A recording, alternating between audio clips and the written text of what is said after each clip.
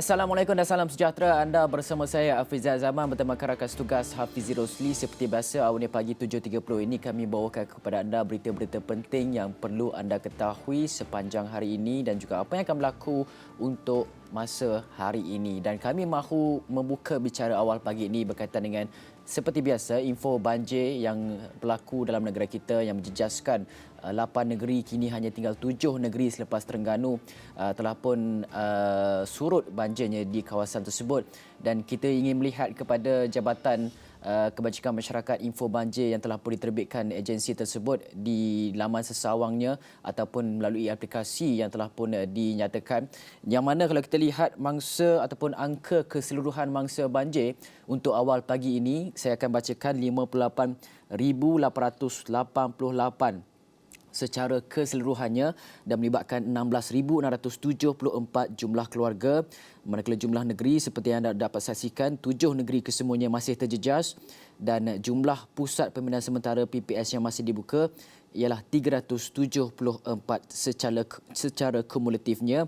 Dan antara negeri yang terjejas, kita lihat Pahang yang paling terjejas teruk, yang mana 34,396 mangsa secara keseluruhan daripada 10,214 keluarga telah pun membuka 245 pusat pembinaan sementara PPS. 34,000 ni sedikit saja menurun di negeri Pahang sebenarnya, dan di negeri Kelantan mencatatkan peningkatan sebenarnya 1,402 mangsa daripada 482 buah keluarga dan 8 PPS dibuka. Manakala di negeri Selangor mencatatkan sedikit penurunan awal pagi ini. Jumlah mangsanya turun kepada 22,206 mangsa melibatkan 5,745 keluarga. 111 PPS dibuka di negeri Selangor, dan di Melaka mencatatkan sedikit penurunan 119 mangsa, 31 keluarga, 2 PPS dibuka. Perak juga menurun sedikit 147 mangsa, 44 keluarga, 2 PPS dibuka. Negeri Sembilan 304 mangsa, 84 keluarga, 4 PPS dibuka, dan Kuala Lumpur 314 mangsa melibatkan 74 keluarga dan 2 PPS masih lagi dibuka. Dan secara keseluruhannya lebih kurang dalam 58,000 mangsa banjir masih lagi berada di pusat pembinaan sementara di 7 negeri yang terjejas banjir. Hafizi, kemungkinan besar kita akan lihat perkara ini berpanjangan lagi kerana kita difahamkan terdapat juga empangan ataupun sungai-sungai berada pada paras-paras yang bahaya, dan kita tahu ini adalah monsun timur laut yang terjadi setiap Disember, dan ini kemungkinan akan berpanjangan kemungkinan sehinggalah mungkin hujung tahun ini, Hafizi. Betul, dan seperti diramalkan kalau kita lihat monsun ini sepatutnya berlaku secara kebiasaannya pada tahun sebelum ini akan berlaku pada September hingga Mac. Namun pakar ramai mengatakan bahawa tahun ini mungkin terlewat sikit, iaitu mungkin akan bermula pada Disember ini. Dan walau bagaimanapun kita akan terus membawa perkembangan mengenai cuaca dan sebagainya, tapi kita nak kongsikan juga apa yang anda perlu tahu dan juga mungkin anda nak dapatkan perkembangan info terkini mengenai banjir ini. Anda boleh terus ke laman sesawang kami di astroawani.com, di mana kami telah pun membawakannya lapor langsung segala perincian berita-berita mengenai perkembangan banjir akan kami postkan di lapor langsung ini. Seluruh negara punya cerita mengenai banjir semua kami post di sini. Jadi anda boleh dapatkan maklumat detail mengenai banjir yang telah pun berlaku di dalam negara kita. Dan dalam masa yang sama juga kita nak kongsikan juga, tadi saya dah katakan mengenai cuaca. Pastinya setiap hari juga kita membawakan bagaimana keadaan situasi cuaca dalam negara kita pada ketika ini. Yang kita tahu sejak kebelakangan ini cuaca tidak menentu telah pun dialami di beberapa negeri. Sebagai contohnya pada pagi ini amaran yang telah pun dikeluarkan oleh Jabatan Meteorologi Malaysia. Di laman Twitternya kita bawakan 4 negeri berdepan dengan amaran ribut petir. Namun hanya beberapa kawasan saja di setiap negeri itu diberikan amaran berkenaan. Sebagai contohnya di negeri Selangor, antara kawasan yang bakal terjejas ataupun yang diberi amaran ribut petir adalah di Kuala Selangor dan juga Kelang. Dan bagi Melaka, boleh dikatakan keseluruhan negeri Melaka itu sendiri, dan bagi Johor melibatkan di daerah ataupun di kawasan Tangkak, Muar dan juga Batu Bahat, dan bagi Sarawak melibatkan kawasan-kawasan Mukah, Dalat, Mukah dan Kapit, iaitu Kapit dan juga Bukit Mabung. Itu antara perkembangan yang dapat kami bawakan mengenai cuaca, bagaimana ramalan yang diramalkan pada hari ini. Jika semalam kita telah pun dimaklumkan oleh Jabatan Meteorologi mengenai keadaan cuaca di Selangor sejak daripada pagi semalam, ya. Hujan turun saya kira dalam 4 ke 5 jam macam tu, sehingga mengakibatkan ada kawasan-kawasan yang sebelum ini dinaiki air oleh banjir sebelum ini pada hari Sabtu tu dinaiki semula air, dan ini pastinya merisaukanlah bagi masyarakat. Jadi buatlah persiapan rapi sebelum sebarang kemungkinan akan berlaku pada masa akan datang, Hafizi. Ya, dan amaran ribut petir dan juga hujan lebat serta angin kencang yang dibacakan oleh Hafizi di kawasan-kawasan terjejas seperti dibacakan Hafizi tadi, amaran itu dikeluarkan pada 4.45 pagi tadi dan dijangka berlaku sehingga pukul 9 pagi hari ini. Jadi kawasan yang mungkin dijangka mengalami ribut petir dan juga hujan lebat ini, bersiap siagalah anda. Dan ingin juga saya bacakan kepada anda laporan berkaitan dengan paras air sungai di sungai-sungai utama di Malaysia. Sebagai contoh, kita tahu Pahang masih lagi merekodkan ada 4 sungai di Pahang yang merekodkan paras air bahaya. Yang mana kalau kita lihat sebenarnya ia berlaku di Sungai Bera, di Jabatan Sungai Bera, di Bera itu sendiri, yang mana aras air mencatatkan 27.08 meter, telah melebihi tahap bahaya sebanyak 26 meter dan sebanyak 1.08 meter, dan trend ini adalah tiada perubahan. Dan di Sungai Pahang di waterfront Bera juga, aras air 30.12 meter telah lepasi tahap bahaya yang 29.5 meter, dan trend ini walau bagaimanapun mencatatkan penurunan. Dan dalam masa yang sama juga Sungai Kundang di Jabatan Sungai Kundang Maran, aras air 24.04 meter telah melebihi tahap bahaya 23 meter dan sebanyak 1.04 meter, dan trend ini sedang menaik sekarang ini. Ini adalah kemas kini daripada 7.15 pagi tadi. Dan Sungai Pahang di Lubuk Paku Maran, aras air 20.03 meter telah melebihi tahap bahaya 19 meter. Dan trend ini di Sungai Pahang di Lubuk Paku ini mencatatkan trend penurunan sedikit. Tapi ada juga sungai-sungai yang catatkan amaran tahap amaran yang tadi saya bacakan adalah tahap bahaya, ini adalah tahap amaran contohnya di Sungai Jengka di Kampung Jengka Batu 13 di Maran, Sungai Pahang di Temerloh Lubuk Pasu Temerloh, Sungai Pahang di Paluh Inai Pekan, ini yang mencatatkan tahap amaran. Dan ada juga sungai-sungai yang mencatatkan tahap waspada, anda boleh baca di situ. Dan di negeri Selangor tadi saya lihat Sungai Langat di Bukit Canggang Kuala Langat ini mencatatkan paras bahaya pada pukul 5 pagi tadi. Tapi kalau kita lihat kemas kini terbaru, aras air 4.15 meter telah melebihi tahap amaran 3.8 meter sebanyak 0.35 meter, dan trend ini sedang menurun. Jadi kita harapkan banyaklah trend-trend yang menurun, tapi ini melibatkan fenomena alam dan untuk kawasan-kawasan penduduk yang berada di sekitar kawasan sungai-sungai yang saya sebutkan di Pahang yang mencatatkan tahap bahaya itu tadi, anda boleh bersiap sedia. Walaupun ada menunjukkan trend menurun, tetapi ada juga yang menunjukkan trend menaik. Sebagai contoh di Sungai Kundang di Jabatan Sungai Kundang di Maran. Itu antara fokus berkaitan dengan info banjir di laman sesawan Jabatan Pengairan dan Saliran Malaysia, Kementerian Alam Sekitar dan juga Air. Dan seperti juga saya ingin juga ingatkan kepada anda semua supaya yang contoh berada di sungai-sungai sekitar negeri Selangor itu, kita difahamkan bahawa empangan-empangan yang berada di sekitar Selangor itu airnya telah pun dilepaskan secara berkala, bermaksud sedikit demi sedikit. Jadi untuk mereka yang berada di sekitar Sungai Selangor, elakkanlah melakukan aktiviti air dan bersiap sedia sekiranya berlaku sebagai contoh hujan lebat yang diramakan oleh Jabatan Meteorologi Malaysia di kawasan-kawasan seperti Kuala Selangor itu anda bolehlah bersiap sedia sekiranya berlaku apa-apa kecemasan. Selamatkanlah diri sebelum apa-apa buruk yang berlaku, Hafizi. Baik, Hafizi, kalau kita lihat pada ketika ini di Lembah Kelang, alhamdulillah banjirnya semakin surut, semakin menunjukkan perkembangan yang positif. Namun masih ada lagi cerita-cerita mengenai untuk kita ungkap kembali mengenai bagaimana tahap kesiapsiagaan dan juga bagaimana tahap persediaan yang telah pun dilakukan oleh agensi-agensi untuk membantu masyarakat ketika mereka dilanda dengan musibah ini.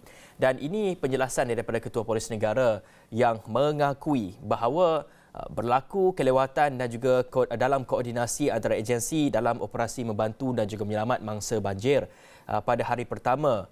Terutamanya fokusnya ditumpukan di Taman Seri Muda di Shah Alam. Dan beliau berkata kelewatan operasi itu adalah disebabkan oleh kepadatan penduduk di kawasan kejadian.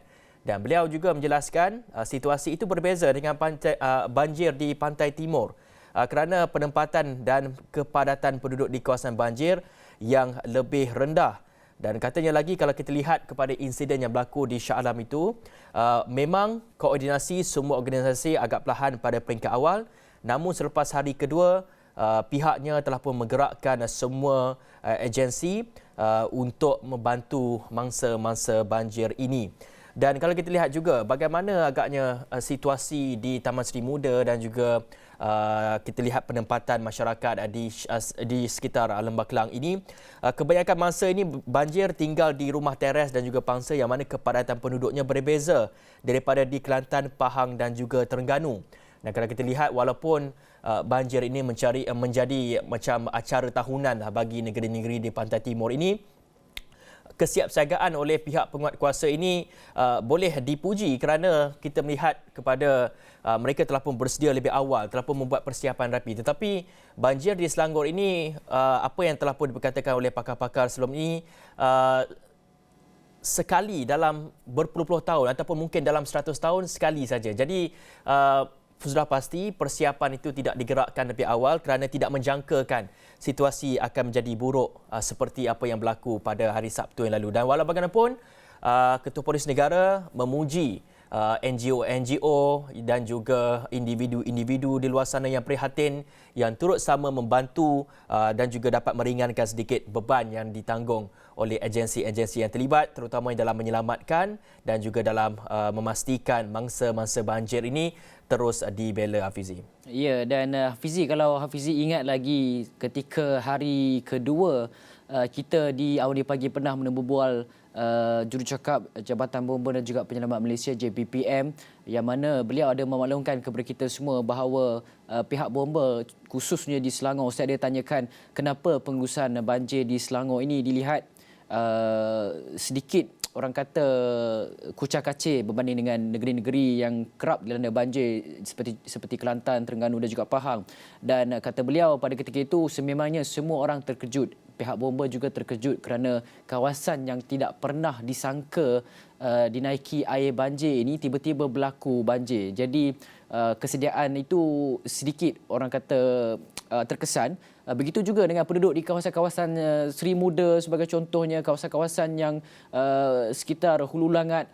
Mereka ini juga terkejut sebenarnya dengan peningkatan air, disebabkan oleh peningkatan air itu bukannya dia naik secara perlahan-lahan tapi secara dengan pantas, menyebabkan mereka ini tidak bersedia dan membuatkan mereka agak terkejut dengan kenaikan paras air yang begitu pantas itu. Dan perkara ini juga telah pun diakui oleh Perdana Menteri sendiri, Datuk Seri Ismail Sabri Yaakob, 2 hari lepas. Kalau kita lihat, PM sendiri telah pun menyatakan bahawa mengakui orang kata pengurusan bencana banjir di Selangor ini berdepan dengan masalah berbanding dengan negeri-negeri yang lain. Dan kata beliau, beliau telus dan tidak mahu melindungi sesiapa kerana berbanding di negeri Pantai Timur, banjir berlaku setiap tahun menyebabkan persediaan sudah pun dilakukan dengan lebih awal. Tapi persiapan pemindahan untuk masa-masa banjir di Selangor ini mengalami sedikit orang kata kucak-kacir sedikit, orang kata lambat ataupun kelewatan. Itu yang menyebabkan kita dengar rintihan-rintihan, bantuan-bantuan diminta oleh masa-masa banjir. Kita lihat mesej-mesej viral yang tular di laman media sosial, di Twitter sebagai contoh. Kita lihat bagaimana mangsa-mangsa banjir masih lagi terperangkap di kawasan-kawasan yang terjejas, terutama sekali di kawasan Hulu Langat yang terperangkap di atas bumbung surau, di kawasan Seri Muda terperangkap dalam rumah teres 2 tingkat. Mereka juga terkesan akibat perkara yang berlaku. Jadi apa pun Hafizi, sebenarnya apa yang berlaku untuk banjir, keadaan banjir, pengurusan banjir di Selangor ini sudah pasti kalau kita lihat bagaimana kedudukan ataupun siapa pengurusi MKN Selangor itu juga dipertikaikan. Kita lihat juga kritikan-kritikan diterima. Bukan sekadar agensi-agensi penguatkuasa juga terima kritikan, tapi juga mereka yang terlibat dalam misi menyelamat. Perlu kita ingat agensi yang terlibat menyelamatkan mangsa banjir ni, rumah mereka pun ada juga yang terkesan banjir, tapi mereka dahulukan orang lain.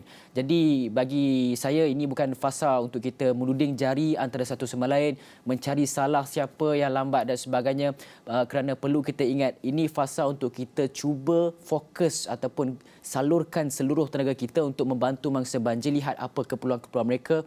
Kalau boleh jadi sukarelawan, jadi sukarelawan. Kalau tak boleh jadi sukarelawan untuk sumbang tenaga, kita sumbang dalam bentuk-bentuk yang kita mampu untuk sembungan keuangan dan sebagainya. Percayalah, RM10 itu pun dah cukup besar untuk mangsa-mangsa banjir yang terkesan ketika ini, Hafizi. Dan kita harapkan segala apa yang berlaku, kelompongan-kelompongan yang kita kesan di pengurusan banjir di Selangor ini akan dapat kita bincangkan selepas kita bantu mangsa banjir nanti, Hafizi. Baik, ini satu lagi penjelasan yang ada juga viral, penduduk mengatakan ataupun mangsa mengatakan pihak penguatkuasa ataupun mereka yang terlibat dalam misi banjir ini ada yang pilih kasih dan sebagainya. Dan pastinya ini penjelasan daripada Bomba sendiri, tiada istilah pilih kasih ketika menjalankan kerja-kerja menyelamatkan mangsa banjir seperti mana yang didakwa oleh setengah pihak. Dan sebaliknya, semua anggota terlibat dalam melaksanakan tugas mereka sentiasa meletakkan nyawa dan kepentingan awam di hadapan tanpa batasan kaum dan agama, kata Ketua Pengarah Jabatan Bomba sendiri. Bahkan katanya bantuan yang dilakukan pasukan bomba juga merangkumi kerja-kerja mencari dan menyelamat, menyediakan barangan keperluan, makanan serta memindahkan mangsa kepada semua yang terkesan dalam bencana banjir, termasuklah warga asing. Jadi sekiranya untuk mangsa-mangsa banjir ni, walaupun ada anda nampak ada bot-bot yang datang depan mata anda tapi anda tidak diselamatkan, mungkin ada lagi urgensi di situ. Mungkin ada lagi satu perkara yang perlu diberikan perhatian. Ya, yang perlu diselamatkan terlebih dahulu daripada anda yang sihat walafiat itu. Mungkin ada warga emas dan juga mungkin ada yang mereka uzur dan sebagainya yang perlu diselamatkan terlebih dahulu. Janganlah terus jump to conclusion, kata dia anak tirikan dan sebagainya. Dan kalau kita lihat juga, mungkin sebelum kita berhenti rehat ni, satu lagi perkembangan kita nak bawakan. Pada ketika ini, fasa kita adalah fasa pemulihan, kita nakkan solusi. Dan bila bercakap di banjir Derbah Kelang ni, kita melihat kepada satu perkembangan yang positif, banjir telah pun surut. Tetapi mungkin kita lagi berdepan dengan masalah banjir di negeri-negeri Pantai Timur, iaitu banjir di bawah monsun timur laut belum lagi berlaku. Jadi ambillah pengajaran daripada apa yang telah berlaku di Lembah Kelang ini, kurang koordinasi dan juga tidak siap siaga dan sebagainya, untuk kita perbaiki bagi menghadapi banjir yang akan dibawa oleh monsun timur laut. Dan ini yang dikatakan oleh General ataupun Panglima Angkatan Tentera General Tan Sri Afendi Buang, yang katanya semua agensi perlu bersiap bersedia untuk kemungkinan berhadapan insiden banjir yang lebih teruk. Dan ekoran itu, ATM katanya akan membuat persiapan awal untuk menggerakkan operasi bagi mendepani sebarang kemungkinan yang bakal berlaku. Dan apa yang dikatakan beliau, tetapi ingin beliau ingatkan banjir ini tidak seteruk yang akan sampai, iaitu monsun timur laut belum sampai di Kelantan, Terengganu, Pahang dan Johor. Dan pastinya kesiapsiagaan itu yang paling penting. Rancangkanlah agensi-agensi kerajaan ini, silalah rancang betul-betul. Pastikan apa yang kita pelajari daripada di Selangor ini, kita dapat buat penambahbaikan untuk kita berdepan dengan banjir yang mungkin akan lebih teruk. Dan Hafizi, sebelum kita berhenti rehat, sebenarnya ada satu lagi perkara yang juga menjadi, orang kata, isu sebenarnya. Kalau kita tahu, Perdana Menteri ada umumkan bantuan RM1,000 kepada mangsa-mangsa banjir dan mereka perlu memohon bantuan tersebut. Adalah proses-prosesnya, anda boleh baca di astrowandia.com, kami bawakan. Tapi ada juga berlaku berita-berita palsu bahawa bantuan tersebut katanya tarikh pemohonan itu telah pun ditutup semalam. Jadi tolonglah ketika mana anda cuba menuding jari, cuba mencari salah orang lain, cuba mencipta sesuatu perkara yang sebenarnya bukan berlaku pun, janganlah sebarkan berita-berita palsu sedemikian rupa sebab masa-masa banjir sekarang ni mereka sangat-sangat memerlukan bantuan. Janganlah kata tarikh tutup untuk memohon bantuan yang diperuntukkan oleh kerajaan itu telah pun ditutup awal. Sebenarnya belum lagi. Takkanlah nak buka, nak tutup awal bantuan kepada mangsa banjir, tarikh permohonan dengan keadaan mangsa banjir yang sedang dalam proses membersihkan rumah dan sebagainya. Takkanlah pihak kerajaan nak menutup permohonan untuk bantuan mangsa banjir RM1,000 itu. Masih lagi pembukaannya masih lagi panjang dan tiada tarikh tutup diumumkan setakat ini oleh pihak kerajaan. Jadi kepada mangsa banjir boleh berbuat demikian, memohon permohonan RM1,000 bantuan. Ini bantuan awal daripada kerajaan. Mungkin ada bantuan-bantuan susulan lain yang boleh kita jangkakan daripada pihak kerajaan untuk cuba membantu mangsa banjir sedia ada. Kadang-kadang Fizi, kadang kita lihat kalau mengenai berita palsu, tak tahu apa motif mereka ni. Adakah demi sebuah konten ataupun demi untuk mendapatkan like di page mereka, dan akhirnya rakyat yang terkeliru sebenarnya. Nak dapat retweet banyak, cubalah. Lepas tu tuding jari kepada pihak-pihak lain. Ni bukan fasa-fasa kita nak cari salah orang lain lah. Ini fasa untuk kita muhasabah diri, lihat sekeliling kita, bantu apa yang patut. Dan sedikit je lagi sebelum kita break. Tapi saya bawa berita ni selepas kita break sajalah.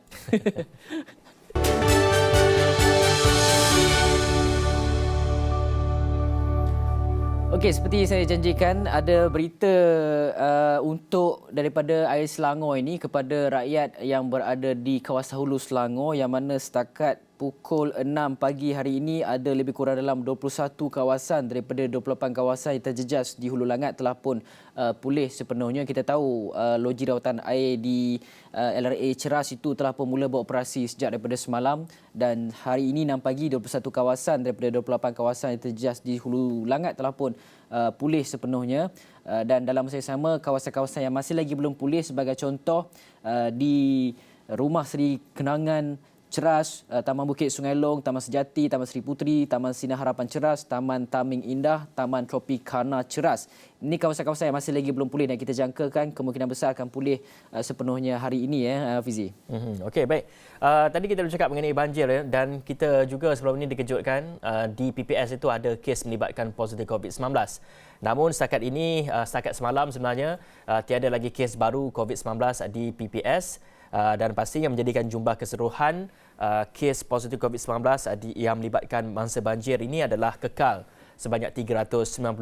Namun ada lagi satu isu yang timbul, isu penyakit juga, isu kesihatan juga disebabkan oleh banjir ini, di mana 180 kes penyakit berjangkit telah pun dikesan dalam kalangan mangsa banjir sehingga semalam. Dan apa yang diperincikan oleh Ketua Pengarah Kesihatan, pecahan kes penyakit berjangkit yang melibatkan masa banjir pada 23 Disember adalah jangkitan saluran pernafasan akut ARI sebanyak 80 kes, penyakit kulit 57 kes, acute gastroenteritis 42 kes dan conjunctivitis 1 kes. Dan ini yang dikatakan ataupun dilaporkan oleh KP Kesihatan. Dan pemantauan itu dilakukan melibatkan 384 PPS di 7 negeri yang terjejas banjir, iaitu di Kelantan, Pahang, Selangor, Negeri Sembilan, Perak, Kuala Lumpur dan juga Melaka. Dan sebelum ini KKM telah pun mengeluarkan amaran, walaupun terdapat risiko penularan kes COVID-19, tetapi banyak juga penyakit-penyakit susulan daripada banjir ini mungkin akan merisikokan mangsa-mangsa banjir ini, terutamanya kencing tikus, cirit-birit dan sebagainya. Dan pastinya kalau boleh kurangkan kontak anda dengan air banjir ini. Sekiranya betul-betul dalam keadaan emergensi, barulah anda boleh kontak dan sebagainya. Kerana kita tak tahu mengenai kebersihan air. Memang kotorlah air banjir itu, memang kalau coklat tertarik tu kan. Jadi macam-macam bakteria semua dalam tu. Kalau boleh elakkanlah bagi anak-anak anda bermandi dan sebagainya, Hafizi. Ya, dan seperti saya katakan sebentar tadi, bantuan RM1,000 untuk masa banjir, RM5,000 untuk waris mangsa yang menghadapi kematian dalam banjir kali ini. Kalau kita lihat kata NADMA, sebenarnya ada beberapa perkara untuk meringankan beban mereka yang terkesan akibat banjir pada kali ini. Tapi untuk mangsa-mangsa banjir, anda diwajibkan mendaftar dengan maklumat lengkap dengan menggunakan nama ketua isi rumah masing-masing. Bagi masa banjir yang tidak berpindah ataupun menumpang di kediaman orang lain pula, mereka masih layak namun perlu mendaftar dengan Jawatankuasa Pembangunan dan Keselamatan Kampung JKKK atau dengan Majlis Pengurusan Komuniti Kampung MPKK ataupun ketua kampung selain penghulu kampung masing-masing. Maksudnya di sini, jika tidak mempunyai kad pengenalan, kita faham memadai sekadar mereka merujuk kepada ketua komuniti JKKK penghulu dan juga sebagainya, itu pun dah cukup. Oleh yang demikian, NAKMA MOF telah pun mengambil langkah-langkah berikut untuk memudahkan proses permohonan dengan terus menggunakan pendaftaran di PPS sebagai bukti masa terjejas dengan bencana tanpa perlu membuat permohonan ini adalah untuk mempercepatkan proses penyaluran bantuan kepada kerajaan-kerajaan negeri yang terlibat mulai esok ataupun mulai hari inilah boleh katakan masa-masa banjir. Jadi mungkin kepada anda yang terjejas di luar sana masa-masa banjir, dapatkanlah bantuan RM1,000 ini, rumah anda terkesan dan sebagainya, merujuk kepada penghulu MPKK, JKKK dan sebagainya, pergi ke kawasan kepada mereka dan berikan nama anda walaupun tiada kad pengenalan yang telah pun musnah ataupun hilang di ketika banjir itu, anda masih boleh mendapatkan bantuan tersebut. Cuma perlu pergi sahaja kepada mereka dan maklumkan keadaan dan juga situasi anda semua itu, Hafizi. Baik, kita dah melihat juga kepada pasca banjir ini, pastinya tempoh ini merupakan tempoh pemulihan dan pembersihan. Ramai nak membersihkan rumah. Adalah juga peniaga-peniaga yang dilaporkan inilah masa mereka untuk membuat duit lah kiranya. Tetapi ada juga yang mungkin dilihat terlalu mengejar keuntungan sehingga menaikkan harga dan sebagainya. Sebenarnya saya ada dapat satu quotation lah daripada rakan saya yang juga terjejas dengan banjirnya. Untuk pembersihan tilam, dia kata ada 3 tilam dan juga ada sofa, ada 2 sofa. Semuanya kos yang untuk dibersihkan tu, yang selalu kita cuci pakai dalam kereta untuk kita bersihkan seat kereta semua tu, kosnya adalah RM830 untuk 3 item ni. Jadi perkara ini telah pun dinyatakan mahal sungguh kiranya. Jadi kalau diperkatakan juga Kementerian Dalam Negeri dan juga Haluan Pengguna KPDNCP sekaligus memberi amaran kepada peniaga, tindakan akan diambil jika mereka mengambil kesempatan daripada situasi banjir ketika ini dengan menaikkan harga barangan asas. Dan pastinya juga kita memberi tumpuan kepada bengkel-bengkel kereta ya, sebab banyak kereta yang sangat terkesan disebabkan oleh masuk air dan pastinya memerlukan penyelenggaraan dan juga repair yang sangat banyaklah. Jadi kalau boleh tempoh kita dalam bencana ni, ingat-ingatlah orang lain, janganlah terlalu mengejar keuntungan. Kalau boleh bagilah diskaun lebih sikit, Hafizi. Ya, kumpul-kumpul lah pahala di akhirat kelak tu, Hafizi. Okey, baiklah. Itu saja dapat kami bawakan kepada anda di astroawni.com. Anda boleh baca banyak lagi laporan-laporan menarik dalam dan juga luar negara yang kami sajikan kepada anda di situ. Sekian daripada kami, saya Hafiz Zaman. Saya Hafiz Rosyad. Assalamualaikum warahmatullahi wabarakatuh.